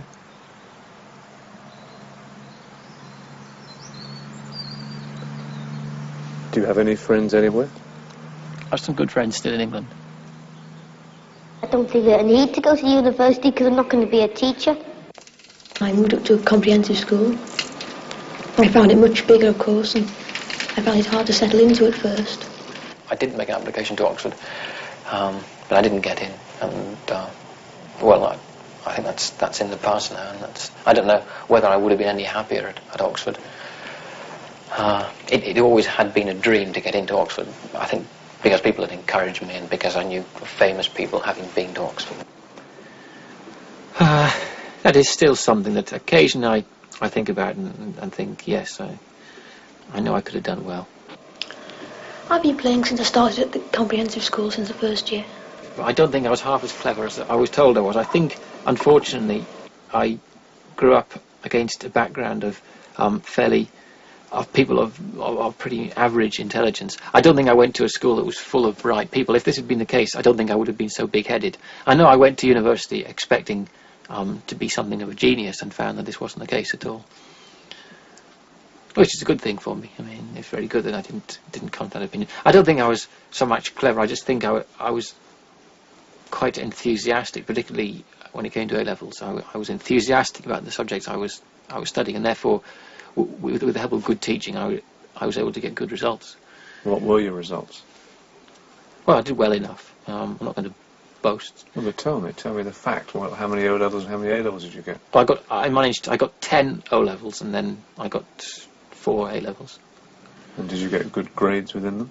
Yes, the grades were quite satisfactory. Well, I was only taking university seriously for a matter of a couple of months, 2 or 3 months. Maybe I went to the wrong university, or maybe university life didn't suit me. Either way, I felt a very great need to get out of the system. No formal education can prepare anybody for life. Just only life can prepare you for what comes. And sooner or later, you're going to have to cross certain barriers. And I don't think you ever cross those at school or at university. You come across the problem of mixing with other people, but the real problem, the real problem of becoming a success in the world is one you have to tackle yourself. On the grass, we play international wrestling. Yeah, that's all right. Summertime though. Yes, only when we can go on the grass. Being in set 1, it's very, very hard to keep up with the leaders. I never have a time to relax at all. I don't know what sort of stumbling blocks should be put in a child's way to get him used to living in the outside world. Because I think maybe this is something that was wrong in my upbringing. I didn't have enough obstacles to get over. I still set myself high standards if I'm doing something I want to do. But that's important. That's not too bad a thing. But you talked also about not having enough obstacles in your life. How do you feel about that now? It's funny that, isn't it? I can't remember saying that, but now I do remember, and it seems that the whole situation is reversed. In what way? Well, now I'm a free. I've got a free hand, but I've got nothing to do with myself. So.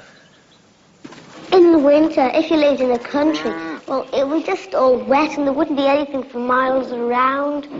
And if you get soaked if you tried to go out, and there's no shelter anywhere except in your own house. But in the town you can go out on wet, wintry days because you can always find somewhere to shelter because there's lots of places. I don't think I've been typical of the environment in which I lived. I might still have been unemployed, but what my background has given me is a sense of just being part of a very impersonal society. The suburbs force this kind of feeling upon somebody. The most you can hope to achieve is to have the right to climb into a suburban train 5 or 10 times a week and just about stagger back for the weekend. The least is just unemployment. Great, thanks. I just needed just a nice woolly pair. Yeah. Great. What other things about modern society turn you off? The cheap satisfaction in so many things. The aimlessness. But I think the total lack of thought is at the bottom of it. Nobody seems to know where they or anybody else is going, and nobody seems to worry. You know, you finish the week, you come home, you plug into the TV set for the weekend, and then you manage to get back to work on Monday. And it seems to me that this is just a slow path to total brainwashing. And if you have a brainwashed society, then you're heading towards doom. There's no question about that. It would be pretty tough to convince most people that what you have here, the way you live, the way you look, is better than a suburban life. Well, I don't want to convince anybody. I know it is. See, what I look like isn't necessarily what I feel like. I'm not claiming that I feel as though I'm in some sort of nirvana, but I'm claiming that if I was living in a bedsit in suburbia, I'd be so miserable, I'd feel like cutting my throat. And so there is a slight difference. When I go home, I come in and Mummy gives me a cup of tea, and then I go out and play. And when it starts to get dark, I come in again and put on TV. I don't think I was really taught any sort of policy of living at all by my parents. This is probably their biggest mistake. That I was just left to fend for myself in a world which they seemed completely oblivious of. And I found that even when I tried to discuss problems which were facing me in school, my parents didn't seem to be aware of the nature of the problem. We made up quite well after the bad times we went through when I was in my early 20s. There are still awkward patches, but I think suddenly, perhaps almost mutually, it dawned upon us that we were all making mistakes, and also that some of the things we did couldn't be helped. And I think now, perhaps the greatest thing we've achieved is we know when to say nothing, and we know when to do nothing, and we know when to be tolerant of each other, and that's a great thing. That's really tremendous. What I'd like most of all would be to be able to do something for my parents when they're older, to be there when the time is necessary. Were they upset with what you said about them in the last programme? I'm sure they were. But I don't wish I hadn't said it, because I said exactly what was going through my mind. I think I was very venomous, and I think had I been in an easier situation myself, and had I had less worries myself at the time, I would have been perhaps a little kinder. I had to take out my anger on somebody, and I think it came out of my parents. But perhaps unconsciously, a lot of what I said was what I did feel underneath. But I don't want the scar to remain. When I get married, I don't want to have any children, because they are always doing naughty things and making the whole house untidy. I always told myself that I would never have children. Why? Because children inherit something from their parents, and even if my wife were the most high-spirited and ordinary and normal of people, the child would still stand a very fair chance of being not totally full of happiness, because of what he or she will have inherited from me. Coloured people really don't like them very much. No, it sounds like ghostly coloured people. Can you think of a purple person with red eyes and yellow feet? And you can't really think of what they really look like. What goes through your mind when you look at saw those two films when you were 7, Bright and Perky and... I find it hard to believe that I was ever like that, but there's the evidence. I wonder why I was like that. I wonder what it was inside me that made me like that. And I can see even at 14 that I was beginning to get more subdued, and I was putting a lot more thought into what I was saying, to a ridiculous degree. And probably when I was 7, I don't know, I lived in a wonderful world where everything was sensation, and I could be happy like this, and I could be miserable the next minute. I know at 7 years old I was fascinated by everything around me. The colours of things, and things that were funny, sounds that things made. I had, if you like, idiosyncratic views about things that other people hadn't even thought about. I remember I thought that coloured people had purple noses and green legs or something like that. Perhaps I'm still looking for it's difficult to explain. So perhaps I'm still looking for the green nose and this sort of thing. And I know that they're still there. I know that when you look at a human being, there's more to that person than just a robot. When I grow up, I want to be an astronaut. But if I can't be an astronaut, I think I'll be a coach driver. This is probably linked up with the fact now that I want to travel. I mean, my thoughts haven't really changed differently, so I definitely wouldn't like to be a coach driver now. I suppose yes, well, I would like to be somebody in a position of importance, and I've always thought this. But I don't think I'm the right sort of person to carry the responsibility for whatever it is. I always thought, well, I'd love to be, possibly even love to be in politics or something like this. But I suppose that I'd probably find that just as tedious as all the other jobs I've done. So. Oh, all the things I always thought I could do. I could give lectures on erudite subjects that I'd read all about, or I could work in the theatre, perhaps lighting or directing a show. And is all that lost to you? Does seem to be, yes. I don't see any way out. I've thought of everything I possibly could. It seemed to me for a long time that getting a reliable job and a nice place to live would be the solution. Well, I haven't succeeded. I can't see any immediate future at all. But here I am. I've still got clothes on my back, not particularly nice clothes, but I've still got them. I have a place to go to. I have some prospects of work. I'm still applying for jobs. I haven't given up.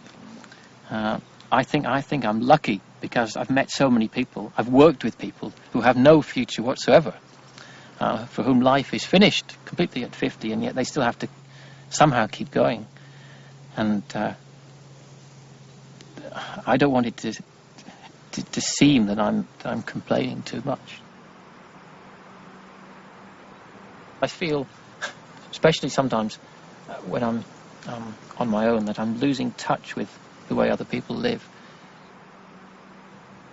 Do you worry about your sanity?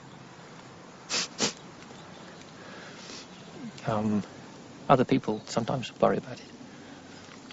Like who? As I said, I sometimes can be found behaving in an erratic fashion. I sometimes get very frustrated, very angry, for no apparent reason, for a reason which won't be apparent to other people around me. It's happened from time to time. Have you had treatment? I've occasionally had to see doctors, yes. I haven't had any treatment. And what have they said to you? I've had a lot of advice, but you know, the best medicine is kind words, and it usually comes from somebody who has nothing to do with the medical profession, which isn't to say that doctors can't be very helpful. But really, the thing a sick person wants is to be away from doctors as soon as possible. What did they say was wrong with you? Well, I have always had a nervous complaint. I had it since I was 16. It was responsible for my leaving university and for some of my difficulties with work. But as you know, you can't afford to go around looking depressed. That in itself is bad enough. So can you lick it? It remains to be seen. Yes, I'd say I believed in God. Are you religious? Well, I go to church with my parents on Sundays. I don't know even now whether I do believe in God or not. I've thought an awful lot about it, actually, and I still don't know. But still, this was absolutely certain. If one was to survive in the world, one had to believe in God. I don't think of God as a creature, but I think of something, time, destiny, which is regulating everybody's affairs, and which you cannot fight against and you cannot order about. And how's he been treating you? Well, I said to somebody last week that I preferred the Old Testament to the New Testament, because in the Old Testament, God is very unpredictable. And that's, I think, how I've seen him in my life. Sometimes very benevolent, sometimes seemingly needlessly unkind. If we come back in 7 years, how would you like us to find you? In a job from which I was getting satisfaction, married, probably with children, with a good salary,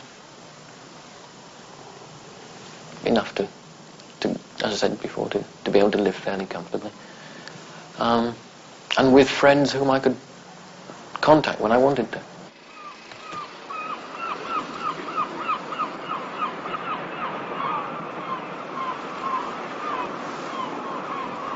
I'm a lot happier now than when I was 7 years ago. I'm more content. I don't have such dreadful yearnings. I don't feel so hopelessly as if everything is against me. Do you think, what a waste? Yeah, perhaps. Why should you accept this? You're better than all this, aren't you? No, I'm not better than anything or anybody. I'm just somebody with my own particular difficulties, my own particular obstacles to surmount. And everybody else is doing exactly the same thing. If we did all love Jeffrey and we all want to marry him, I think I know the one that he'd like. Jackie, Lynn, Susan. After primary school, they separated, and at 14, Lynn was at grammar school, and Jackie and Susan were at comprehensive. We had a teacher at school that his favourite ploy was, all you girls want to do is walk out, get married, have babies and push a pram down the street with a fag hanging outside your mouth. Women are expanding into so many different areas now that it must be getting easier. And I mean, I could... Susan has been married 4 years and has a son of 2. Her husband Billy is a gas fitter, and they live in a council house in the East End of London. 75. I'm lucky, I expect, because I still manage to do my own thing. I've got a husband who lets me do what I want, and a mum who helps me out. You know, and I do a little part-time job, which is enough for me, because I don't think I could cope with a full-time job, and I wouldn't want to, personally. 60. Jackie was married at 19, and her husband is a decorator. She works for an insurance company in the city. I certainly don't want to stay in the position I am at the moment forever and ever. But how ambitious, I'm not really sure. It tends to change as you get older, so just got to wait and see, really. Lynn also married at 19. Her husband works for the post office, and they have 2 daughters. They moved out of the East End to Kent 18 months ago. I'm going to work in Woolworths. At 21, Lynn was working in a mobile library in Tower Hamlets. She's still there. I stamped yours? Yes, I've not stamped yours. Sleeping Beauty. Teaching children the beauty of books and watching their faces as books unfold to them is just fantastic. To work with children of that age, you've got to love them. And I love children. Well, I know he is her and he loves her. I don't. I love him. I don't think I'd get married too early. I'd like to have a full life first and meet people and before you can commit yourself to a family. If you think that getting married, as far as we're concerned, is a case of going to work, come home, cook tea for hubby, going to bed, getting up, going to work, you're totally mistaken. Did you meet enough men before you decided who to marry? I've been married a year and a couple of months. You do think, Christ, what have I done? See, I've still got my... And I'm being honest about it. And Russ thinks the same. You think, at times, you think, Christ, what have I done? It is a partnership marriage, yes. We married, say ominously, young. But because we wanted to go out and have fun together and grow together. I'm not sure I would recommend it. I think but again, you're generalising. I mean, if I would say on average, 19 is probably too young. I've had a good time up until I was 24, and I think that to get married young, there must be things that you miss. You must miss that crucial stage of being yourself, because the minute you get married, you're no longer a single being, you're a partnership, and that should be the idea behind it. If I could, I would have 2 girls and 2 boys. Yes, would I. And what about you, Jackie? My mum, because she got 5 girls, she had 7 years bad luck. That's why she's got 5 girls. I'd like to be able to have a happy family. I mean, I know that's not possible to be happy all the time, but as much of the time that was possible. Go through there, that's the nursery. Got any plans? Oh, do me a favour. At 21, Jackie had moved into a new house. She has decided not to have any children. Basically, I would say because I'm far too selfish. I enjoy doing what I want, when I want, and how I want, and certainly at the moment, I can't see any way around that. It's not to say that that's a forever decision. Some people can make it work. I just don't think I could. You don't think you're missing out on what they have, their stake in the future? No. That's a terrible way to put it, you know. I mean, that makes you sound like you're saying, right, great, we're going to have a child, and that's us. I do feel to a degree that, yes, I am missing out, but I also think that I get far more pleasure, or I'm gaining far more experience by not having that time. When I got married, the primary reason was because I wanted to have a child. The two, to me, went together. I can understand Jackie's decision because I think there's still a lot of pressure put on young married couples to have children as though it's expected of them, and I think it's all wrong. It's just a personal decision that everyone's entitled to make. And knowing what it does to your life, I can fully understand someone who decides not to. What would you do if you had lots of money? About me, £2. I would buy myself a new nice house, you know, one that's all nice and comfy. Do you get depressed by money problems? No, why? Why should you? If you can manage on what you you get got. depressed over money. It's so easy to. But why should you? Why when I bother reach about the it? 18th day of the month and my mortgage is due on the 20th and there's nowhere near enough money in there, I get depressed about it, obviously. What money? It was hard, first of all, when I gave up work from having a fairly high salary to nothing was hard. But you get used to it. Whatever your circumstances are, you live in them, you get used to them and you cope. Everybody does. I didn't feel like going to a grammar school. I just, you know, comprehensive school, it just seemed more friendly, you know, and at the time that is, but now, you know, really different. Grammar school's fantastic. We've had that it doesn't scratch the bottom. Why am I using wooden spoon, please? This saucepan? I don't think anybody influenced me. It was a conscious decision. Obviously the decision was discussed at home, but it was always in me to go. There may come a time, perhaps later on, when I'll regret not having... We're talking about examination results, really. That's what it boils down to.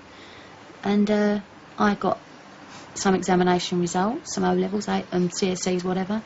Didn't need them for the jobs I decided to do, so... With this school, we do metalwork and woodwork, and the boys do cookery. And we get a share of everything, sort of thing. Most parents would want every advantage they can get for their child. Now, whether you class going to grammar school as an advantage is dependent on your entire outlook. If you don't class it as an advantage, then you're not going to push that. My mum left me, she knew I could go to grammar, and I decided that I didn't want to, and she encouraged me in the choice that I made. And right or wrong, that was my choice, as much as I was capable of making a decision. And I enjoyed myself. My father had a reasonably good education. He never went to the local comprehensive, but at the same time, I don't think he was too worried which way I decided to go. I think he probably knew me better than I did, which was that basically I was a very lazy person academically, and I think I would have found grammar school push. Do you have any regrets about it? No. You can only have regrets about things if you're not happy with the way you are. You look at the old film and you see yourselves at 7. Do you think you've changed? No, I don't think I have really. We're the same people as we were then. I was always chatty, Jackie was always chatty, and Lynn was always the quieter one. Is that depressing or frightening to think that we're all set by the time we're 7 and that's it? I don't think one's set by that age. You progress, but the overall character is there to come up. I think the basics are there. Yeah, the basics are there. Why is it that you three haven't changed so much, do you think? You probably never know that. I think perhaps we've all grown up. We've all had a stable background with stable relationships all the way through. I mean, the same people are there now that were there then. The part is that you don't help them, they'll sort of die soon, wouldn't they? But some people are just born into rich families and they're lucky.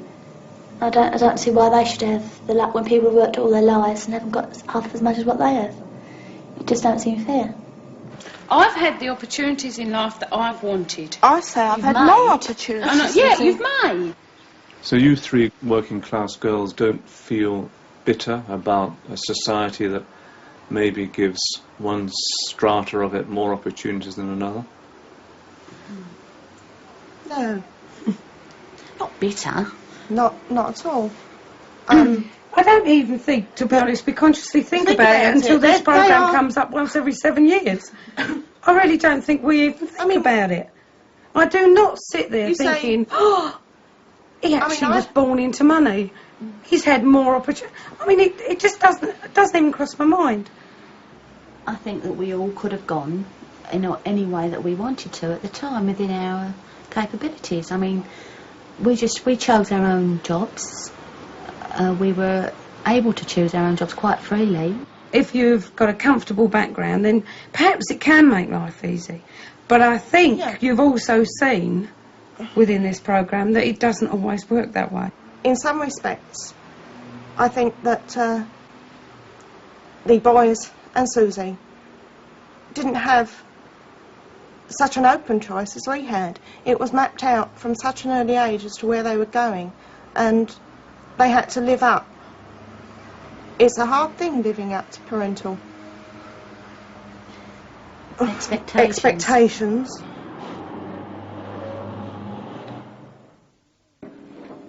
Before I'm old enough to get to stop, I just walk around and see what I can find. I was going to be a film star, but